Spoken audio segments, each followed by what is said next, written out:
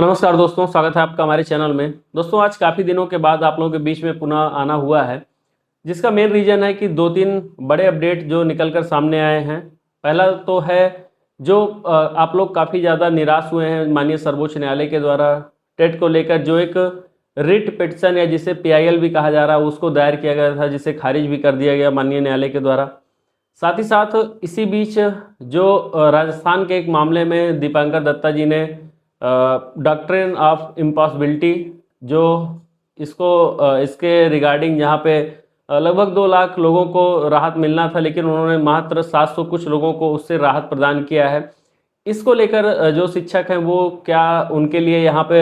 Positive बातें हैं, उसको लेकर हम बात करेंगे कि आखिर में ये डॉक्ट्रिन ऑफ इम्पॉसिबिलिटी है क्या, असंभवता का सिद्धांत आखिर में है क्या, इसका ओरिजिन कैसे हुआ, तमाम चीज़ें हैं। और उसके बाद हम आएंगे कि जो हमारा रिव्यू है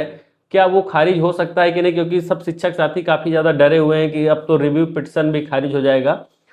चौथे नंबर की बात करेंगे कि जो हमारा त्रिपुरा का मामला चल रहा है उसमें उसका जो डेट है वो अभी फिर से एक्सटेंड हो जाएगा, क्योंकि 14 तारीख को माननीय जो हमारे बाबा भीमराव अम्बेडकर जी हैं उनकी जयंती थी, जिसके उपलक्ष्य में तत्काल वहाँ पे छुट्टी अवकाश घोषित किया गया न्यायालय में। तो इस तरीके से हम बात करेंगे कि आखिर में क्या कुछ ओवरऑल चल रहा है। सबसे पहले हम आइए बात कर लेते हैं कि जो हमारी एक पीआईएल या प्रेस रिट पिटिशन खारिज हुई थी उसका मेन रीजन क्या था। देखिए, जो सर्वोच्च न्यायालय होता है वो सुप्रीम बॉडी होती है अपना। जब कोई हम कोर्ट के आदेश की बात करते हैं तो कोर्ट का एक वो आप समझ लीजिए कि एकदम सुपीरियर बॉडी है, उसके ऊपर कुछ नहीं है। फिर उसके बाद वो अभिलेख न्यायालय के रूप में भी जाना जाता है,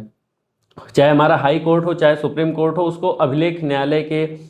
रूप में भी हम देखते हैं कि अर्थात उसके द्वारा जो कुछ भी आदेश पारित होता है उसका दीर्घकालिक जो है परिणाम आपको देखने को मिलेगा। और उसके जो आदेश होते हैं उस आदेश को आप कहीं भी कोर्ट कर सकते हैं, कहीं भी उसको जो है बहस जिरा उसके आधार पर किया जा सकता है। फिर हम बात करेंगे कि आखिर में वो खारिज क्यों हुआ। देखिए, सिंपल सा एक बात समझ लीजिए कि जब किसी मामले पर अभी रिव्यू की सुनवाई होना बाकी है तब आपको नई रिट पिटिशन लगाने की वहाँ पर कोई भी आवश्यकता नहीं थी। आप लोगों ने सबसे पहली गलती तो वहीं पे हुआ था जो एक पहले रिट पिटिशन फाइल की गई थी वहाँ पे। सेकंड नंबर पे नई रिट पिटिशन यहाँ पर फाइल करने का अभी कोई यहाँ पर औचित्य नहीं है। और थर्ड नंबर की बात है कि जब आप रिट पिटिशन नई फाइल करेंगे, आपको पहली बात से अभी हम आएंगे रिव्यू के मामले पे, लेकिन अब जब कभी भी नई रिव्यू पिटिशन फाइल किया जाएगा उसमें 2-3 बातों का ख्याल रखना होगा।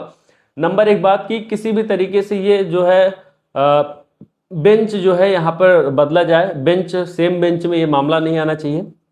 दूसरा होता है अधिवक्ता।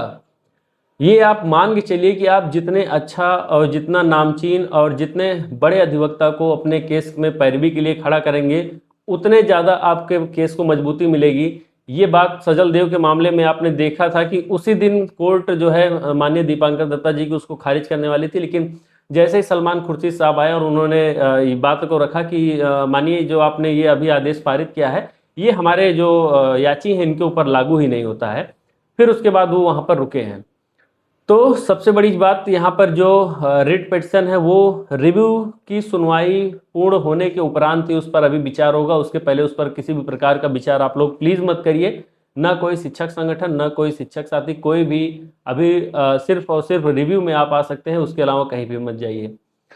अब हम बात करते हैं कि राजस्थान के मामले में जो डॉक्ट्रिन ऑफ इम्पॉसिबिलिटी, असंभवता का सिद्धांत यहाँ पे प्रतिपादित करते हुए माननीय जस्टिस जो है हमारे दीपांकर दत्ता जी और जो एक और जज थे उनके द्वारा जो आदेश पारित किया गया उसमें कुछ एक एसआई भर्ती में एज लिमिट की बात थी। तो वहाँ पे लगभग 2 लाख लोग जो है उस एज लिमिट को लेकर वहाँ पे बाहर हो रहे थे, और जो याची थे लगभग 700-750 के आसपास वहाँ पे जो याची बने थे वो वहाँ पर थे। तो जब दत्ता जी ने यहाँ पे आदेश दिया, जो हमारे माननीय जस्टिस हैं उनके द्वारा जब आदेश पारित किया जा रहा था, नहीं यहाँ पे सभी लोगों को जो है एज रिलैक्सेशन जो यहाँ पे छूट मिलनी चाहिए। उसके बाद जो राजस्थान सरकार थी उनके द्वारा कहा गया कि महोदय इतने कम समय में इतने लोगों को अगर आप छूट प्रदान करते हैं तो ये बहुत बड़ा एक समझिए कि इशू क्रिएट हो जाएगा और इतना जल्दी कुछ अब कर नहीं पाएंगे, जबकि उसका डेट वगैरह भी लगा हुआ है एग्ज़ाम का, तो इस तरीके की कुछ बात थी। तब वहाँ पे बात की गई कि जो ये डॉक्ट्रिन ऑफ इम्पॉसिबिलिटी होती है, असंभवता का सिद्धांत होता है कि जब किसी चीज़ को लागू न करवाया जा सके, कोई ऐसा सिद्धांत, कोई ऐसा कानून है, कोई ऐसा चीज़ हो जो एकदम पूर्ण रूप से लागू न करवाया जा सके और उसका कोई मतलब आप समझिए कि इम्पैक्ट उतना खराब नहीं हो कि वहाँ पे वो डिसीजन देना अनिवार्य पड़े, तब के मामले में ये ऐसा किया जा सकता है। और उसके बाद उन्होंने महज जो 700 कुछ लोग थे, जैसा कि आप याची लाभ देखते हैं, तो याची लाभ देने के लिए यहाँ पर डॉक्ट्रिन ऑफ इम्पॉसिबिलिटी का प्रयोग माननीय न्यायालयों के द्वारा हमेशा से किया जाता रहा है। तो इस बेस पर उन्होंने सिर्फ याचियों को लाभ दिया। अब हमारे केस में क्या है कि शिक्षक जो हैं उनको यहाँ पर नौकरी से बाहर करने की बात की गई है 2 साल के भीतर, अगर वो नहीं कर पाते हैं तो बिल्कुल अगर माननीय न्यायालय चाहेंगे या ये जिस बेंच ने आदेश दिया है या फिर इससे किसी हायर बेंच में, अगर मान लीजिए इन केस, अभी इस पर हम नहीं जाएंगे, लेकिन कभी सुनवाई होती है तो इस पहलू को जरूर रखा जाएगा कि यहाँ पे भी असंभवता का सिद्धांत प्रतिपादित किया जा सकता है, क्योंकि ये जो फैसला लिया गया है जिससे इतने ज़्यादा शिक्षक बाहर हो रहे हैं, और जबकि उन्होंने अपने जो क्राइटेरिया थी, जो रूल रेगुलेशन उनके समय में बनाया गया था, उसको उन्होंने फुलफिल करके आया था, तो उसके बाद यहाँ पर इस तरीके का निर्णय उनको भी प्रदान किया जा सकता है। 2 बातों को हमने स्पष्ट किया आपको। पहला कि जो केस खारिज हुआ है उससे बिल्कुल डरने की आवश्यकता नहीं, वो खारिज होगा ही, क्योंकि जब अभी उस पर रिव्यू में सुनवाई होनी बाकी है और एक बार निर्णय आ चुका है, तो जब रिव्यू खारिज होता है या रिव्यू के बाद जब क्यूरेटिव खारिज होता है, उसके बाद जब कोई चारा नहीं बचेगा, तब फ्रेश जो पिटिशन होगी उसमें फिर आधार ढूंढा जाता है कि हम किस आधार को बनाएं, कि यहाँ पे जो कानून को हम कंपाइल करें कि क्या क्या बातें अपने पहले हियरिंग में ही वहाँ पे बोल देनी है, जिससे वो काफ़ी ज़्यादा अट्रैक्टिव होंगे, प्रभावित होंगे और उनको लगेगा कि नहीं, यहाँ पे नियमों की बड़ी अनदेखी हुई है और किसी एक पार्टी को नहीं सुना गया है।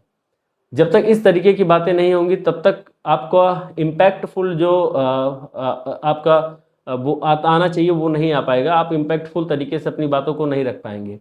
तो नंबर 1 तो पहली बात से एडवोकेट अच्छे होने चाहिए, इसमें जो इम्पैक्टफुल बातों को अच्छे तरीके से रख सकते हैं। अब आते हैं हम अपने रिव्यू को लेकर। देखिए रिव्यू को लेकर अभी फ़िलहाल कुछ नतीजा देखने को नहीं मिल रहा है, और जैसा कि जो मध्य प्रदेश की सरकार है, थोड़ा सा जिक्र उसका भी यहाँ पे कर लिया जाएगा, क्योंकि कल जो मध्य प्रदेश के शिक्षक साथी हैं, शिक्षक संगठन है, उनके द्वारा माननीय जो हमारे मुख्यमंत्री जी हैं उनसे भेंट की गई और काफ़ी सप्रेम भेंट रही और उनके द्वारा बातों को समझा गया। जो देखिए यही चीज़ है ना, कोई नेता या कोई जो आपका नेता है या फिर आपका जो चीफ मिनिस्टर, वो बुरा नहीं है, आपको अपनी बातों को समझाने का जो है तरीका मालूम होना चाहिए, किस तरीके से आप उनको कन्विंस कर सकते हैं। आप उनके दुश्मन नहीं है, कोई शिक्षक उनका दुश्मन नहीं है, शिक्षक तो सबके लिए प्रेरणा स्रोत हैं। तो आप शिक्षक संगठनों ने जब अपनी बात को काफ़ी अच्छे तरीके से रखा है, तो कल ही उनके द्वारा आश्वस्त किया गया कि देखिए हम इस पर अभी चर्चा करेंगे कि ये जो डिसीजन आया है आखिर में किसके ऊपर लागू हो रहा है। वहाँ पे 2005 के जो पहले के शिक्षक हैं उनको लेकर बात की गई कि उनके लिए कुछ अलग से रूल रेगुलेशन था, और उसके बाद जो अभी के शिक्षक हैं, या फिर आप सोचिए कि जो मध्य प्रदेश सरकार अभी तक रिव्यू के लिए कन्विंस नहीं थी, अब उसको रिव्यू के लिए भी कन्विंस कर लिया गया। तो अब मध्य प्रदेश सरकार भी रिव्यू में आने वाली है। तो अब आप मान के चलिए कि अप्रैल मंथ में रिव्यू पर सुनवाई बिल्कुल नहीं हो पाएगी, क्योंकि आप देख रहे हैं ना, देखिए एक चीज़ और मान के चलिए, रिव्यू पे और एक दो तीन चार लोग पहुंचे होंगे, जाहिर सी बात है।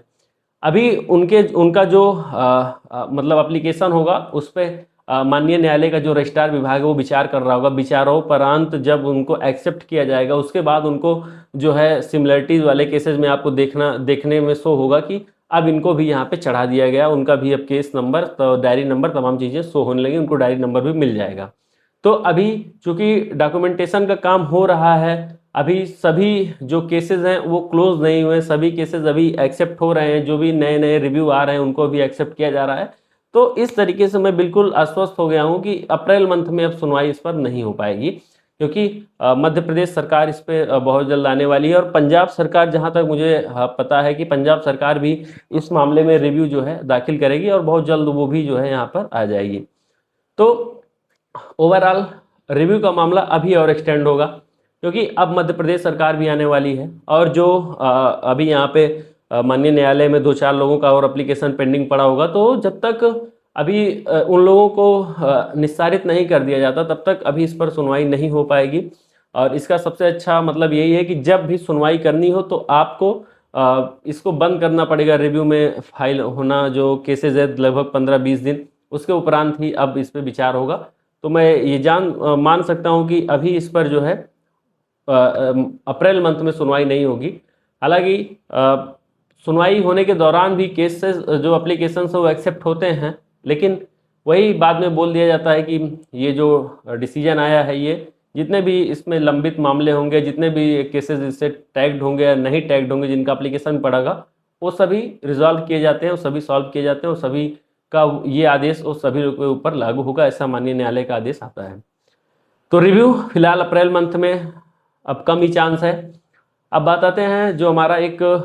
बहुत अहम केस चल रहा है, वो है त्रिपुरा सरकार का the state of Tripura versus Sajaldev का। The state of Tripura versus Sajaldev के मामले में क्या हुआ है कि 14 तारीख को केस था और 14 तारीख को डेट थी सुनवाई की, लेकिन 14 तारीख को माननीय भीमराव अम्बेडकर जी की जयंती होने के कारण वहाँ पे अवकाश घोषित हुआ और उसके बाद अभी तक उस पर नई डेट नहीं मिली है। लेकिन जो रिजॉइंडर है उसको त्रिपुरा की सरकार के द्वारा दाखिल कर दिया गया है। हालांकि रिजॉइंडर में क्या कुछ कहा गया है, अभी सजलदेव के पक्ष को वहाँ पे वो चीज़ें प्राप्त नहीं हुई हैं। जैसे ही वहाँ पे कुछ प्राप्त होता है सोशल मीडिया पे या तमाम माध्यम से अगर हमें जैसे ही प्राप्त होगा, हम आप लोगों तक लाने का प्रयास करेंगे कि आखिर में त्रिपुरा सरकार के द्वारा जवाब दाखिल क्या किया गया है। उस दिन जवाब तो दाखिल हुआ है, लेकिन जवाब में क्या कुछ बोला गया है ये बातें अभी डिस्क्लोज नहीं हो पा रही हैं। तो जैसे ही इस पर कुछ आएगा हम आप लोगों को ज़रूर अवगत करवाएंगे।